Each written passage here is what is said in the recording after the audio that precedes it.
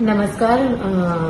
વૈશ્વિક યુદ્ધના કારણે અત્યારે જે એલપીજીમાં પરિસ્થિતિ ઊભી થઈ છે એના માટે આજે છોટાઉદેપુર ખાતે બધા ડિસ્ટ્રીબ્યુટર અને એજન્સીઝની મીટિંગ લેવામાં આવી હતી.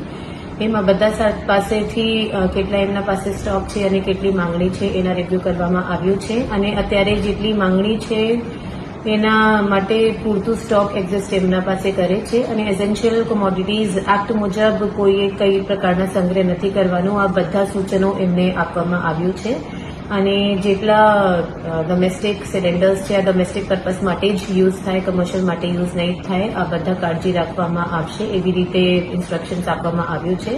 હું પબ્લિકને અપીલ કરું છું કે અત્યારે જે પેનિક ચાલી રહ્યા છે કે ખરેખર સ્ટોક નથી કે પછી આપણે એલપીજી સિલિન્ડર નથી મળવાનો, આ બધા ર્યુમર્સ છે એના ઉપર તમારે કઈ પ્રકારના વિશ્વાસ નથી કરવાનું. અમે લોકો એન્શ્યોર કર્યા છે કે સ્ટોક પૂરતું રહે અને તમે સમયસર મળી જાય.